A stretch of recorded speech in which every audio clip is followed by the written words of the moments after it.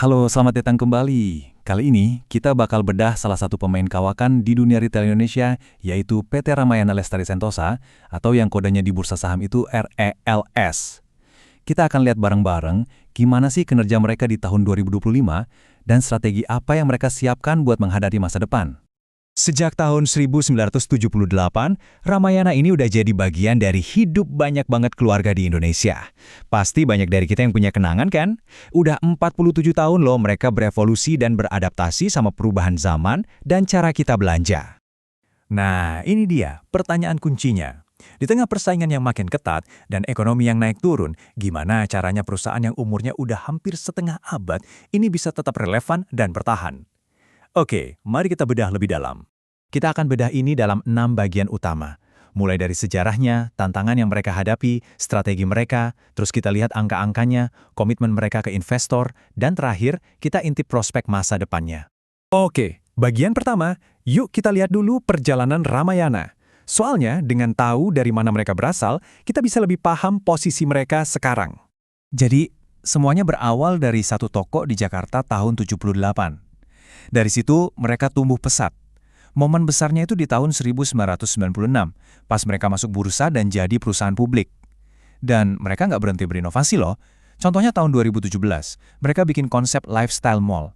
Ini bukti kalau mereka terus coba buat ikutin zaman. Nah, sekarang kita pindah ke tantangan yang mereka hadapi.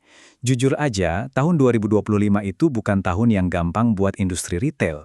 Kondisi di luar itu benar-benar berat. Ekonomi global lagi melambat, geopolitik juga nggak menentu, yang ujung-ujungnya bikin daya beli kita semua jadi tertekan. Di saat yang sama, saingan di bisnis retail makin banyak dan makin gila. Plus, cara kita belanja juga udah berubah total. Ini kayak badai yang sempurna buat RELS. Tapi, menghadapi badai itu, Ramayana nggak tinggal diam. Mereka langsung bergerak dengan rencana penataan kembali yang strategis dan proaktif. Tema laporan tahunan mereka aja udah ngejelasin semuanya. Memperkuat bisnis melalui penataan kembali yang strategis. Jadi ini bukan sekedar slogan, tapi beneran jadi kompas buat semua keputusan besar mereka sepanjang tahun. Terus, apa aja langkah-langkahnya? Pertama, mereka bersih-bersih gerai. Toko yang performanya kurang bagus, ya ditutup. Kedua, efisiensi operasional, semua biaya ditekan seketat mungkin.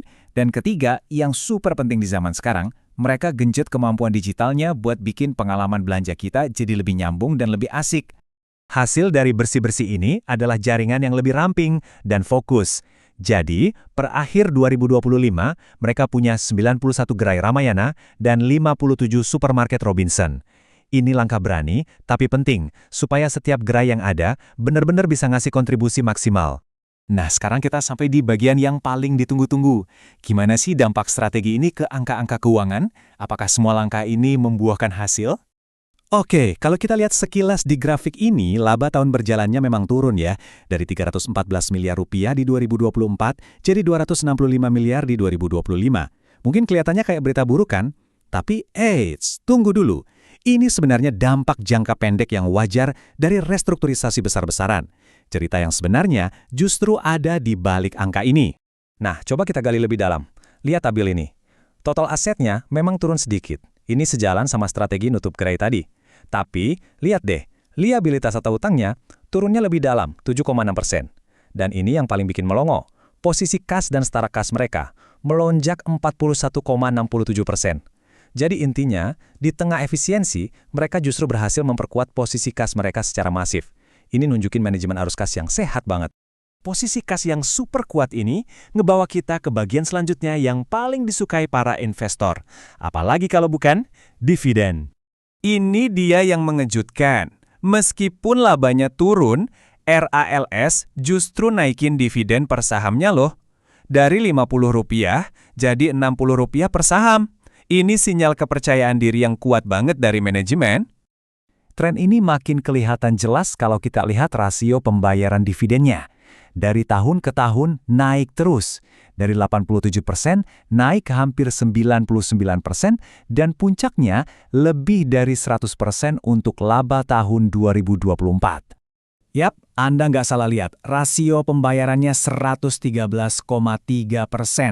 Artinya, jumlah uang tunai yang mereka bagiin ke pemegang saham di tahun 2025 itu lebih besar dari laba bersih yang mereka dapat di tahun 2024. Kok bisa? Yaitu tadi, karena posisi kas mereka super tebal.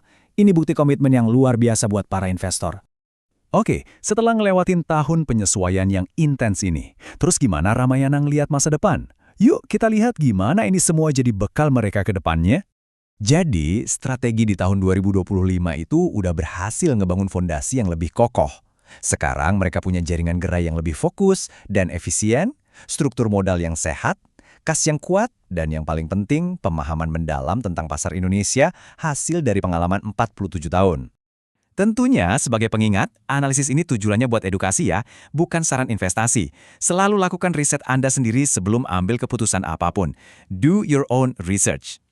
Dan ini ninggalin kita sama satu pertanyaan besar. Ramayana udah berhasil merampingkan operasinya. Keuangan mereka jadi lebih kuat. Mereka jadi lebih gesit dan efisien.